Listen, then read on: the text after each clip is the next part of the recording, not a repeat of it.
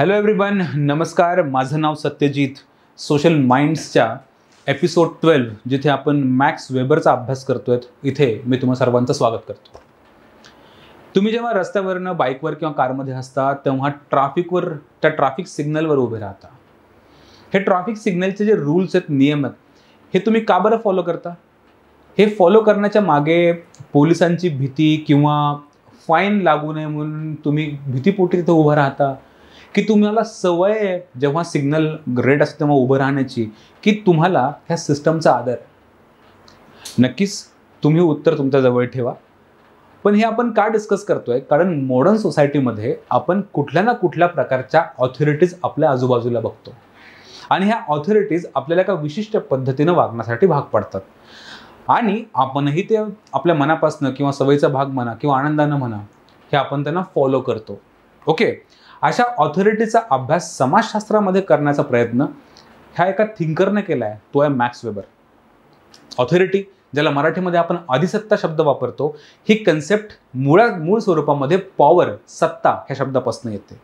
सत्ता आणि ऑथॉरिटी किंवा सत्ता आणि अधिसत्ता, इंग्लिशमध्ये पॉवर अँड ऑथॉरिटी, ह्या दोन्ही कन्सेप्ट पॉलिटिकल सायन्समधल्या आहेत. Max weber borrowed that political science concept in sociology.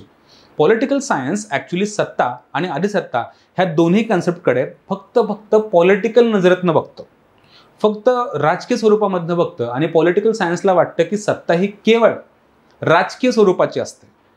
Interestingly max weber हा विचार करतोय की सत्ता ही केवळ राजकीय स्वरूपाची नसते, ती सामाजिक स्वरूपाची देखील असू शकते, ती परंपरागत देखील असू शकते आणि सत्तेच्या मागे कारणं राजकीय सोडून इतर देखील असू शकतात. ह्याचा अभ्यास करणारा थेसिस हा मॅक्स वेबरनं ऑथॉरिटी नावानं सोशोलॉजीमध्ये पब्लिश केलेला आपल्याला दिसतो.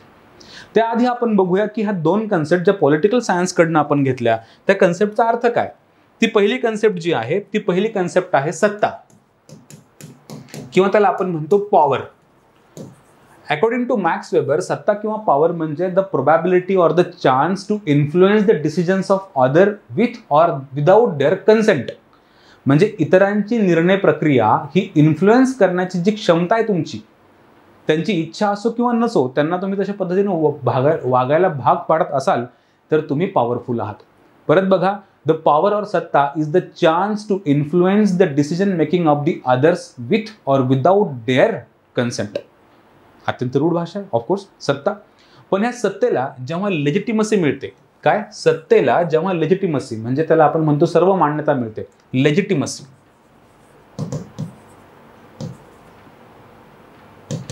लेजिटिमसी थोडी, I am really sorry about दिस.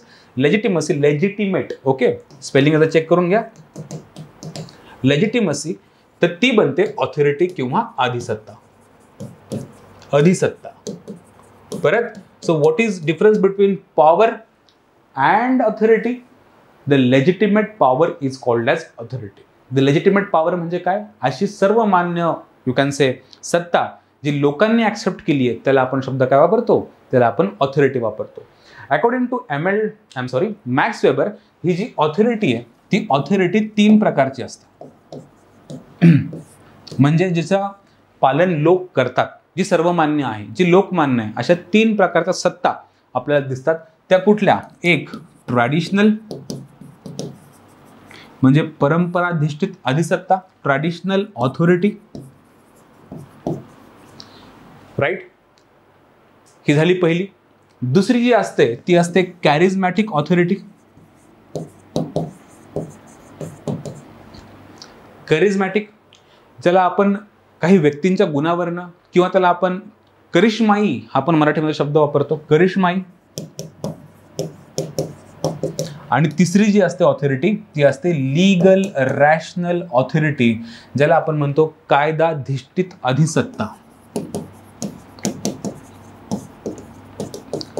कायदाधिष्ठित अधिसत्ता. किती सोपं आहे, राईट. तर पॉवर म्हणजे काय? इतरांचे डिसिजन्स इन्फ्लुएन्स करण्याची ताकद. आणि अधिसत्ता म्हणजे काय? अशा प्रकारची पॉवर जी सर्वमान्य आहे, जी लेजिटिमेट आहे, जी सर्वांना ॲक्सेप्टेबल आहे. किती प्रकारचे पॉवर असतात?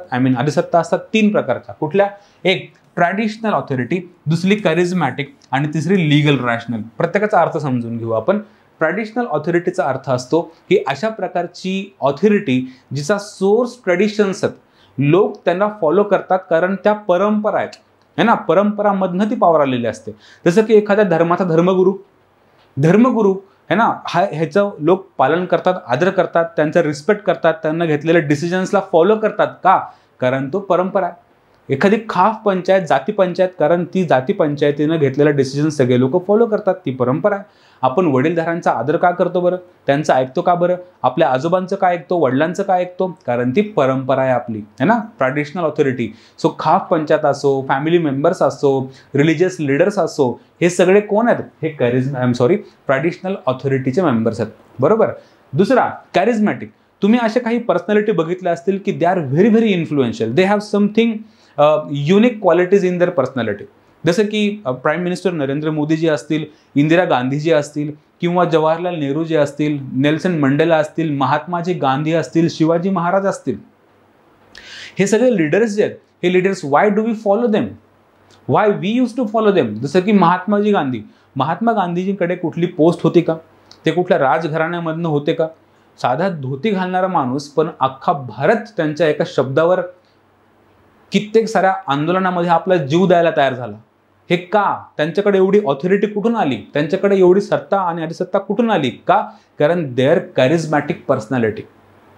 त्यांच्या कॅरिझमॅटिक पर्सनॅलिटीमुळे आपल्याला दिसेल की असे नेता, हे नेता लोक है ना, नेता in sense not only political, जे लीड करतात ते नेता, आणि त्या नेत्यांकडे कॅरिझमॅटिकच्या क्वालिटीजमुळे लोक त्यांना फॉलो करतात. त्याला आपण कॅरिझमॅटिक, करिश्माई ऑथॉरिटी म्हणतो. त्यांच्याकडे काहीतरी युनिक क्वालिटी असते, स्पेशली त्यांचं व्हिजन, त्यांचं वक्तृत्व अँड मेनी अदर क्वालिटीज, है ना. तिसरा जो असतो प्रकार जिथे लोक ह्याला फॉलो करतात, तो असतो कायदा अधिसत्ता, ज्याला आपण ब्युरोक्रेसी पण म्हणतो, ज्याला आपण नोकरशाही म्हणतो, की अशा प्रकारची अधिसत्ता जिचा सोर्स हा संविधान आहे, जिचा सोर्स हा कायदा आहे, अशा प्रकारच्या अधिसत्तेला आपण लीगल रॅशनल ऑथॉरिटी म्हणतो. फॉर एक्झाम्पल, आपण कलेक्टरने काढलेल्या ऑर्डरला का फॉलो करतो? आपण SP-नं काढलेल्या ऑर्डरला का फॉलो करतो? आपण सुप्रीम कोर्टनं काढलेल्या ऑर्डरला का फॉलो करतो? आपण काउन्सिल ऑफ मिनिस्टर किंवा मंत्रिमंडळाने घेतलेल्या निर्णयाला का फॉलो करतो? Because they have legal rational authority. त्यांच्याकडची जी ऑथॉरिटी आहे ती संविधानानं आली आहे, ती कायद्यातनं आली आहे, आणि लोक त्याचं पालन करतात. So according to Max Weber, there are 3 types of authorities depending on their sources. जर सोर्स हा त्या पॉवरचा ट्रेडिशन असेल तर त्याला आपण म्हणतो परंपराधिष्ठित अधिसत्ता. दुसरा, जर त्या सत्तेचा किंवा पॉवरचा सोर्स हा व्यक्तिमत्वातले काही गुण असतील त्याला आपण म्हणतो कॅरिझमॅटिक ऑथॉरिटी, करिश्माई अधिसत्ता. आणि जर त्या पॉवरचा सोर्स हे काही कायदे किंवा संविधान असतील तर त्या ऑथॉरिटीला आपण शब्द वापरतो काय? त्याला आपण थर्ड वापरतो लीगल रॅशनल ऑथॉरिटी और कायदाधिष्ठित अधिसत्ता. अशा प्रकारे सोशोलॉजीमध्ये पॉलिटिकल सायन्सचा वापर केलेला आपल्याला दिसतो, पॉलिटिकल सायन्सच्या कन्सेप्टचा वापर केलेला आपल्याला दिसतो बाय मॅक्स वेबर.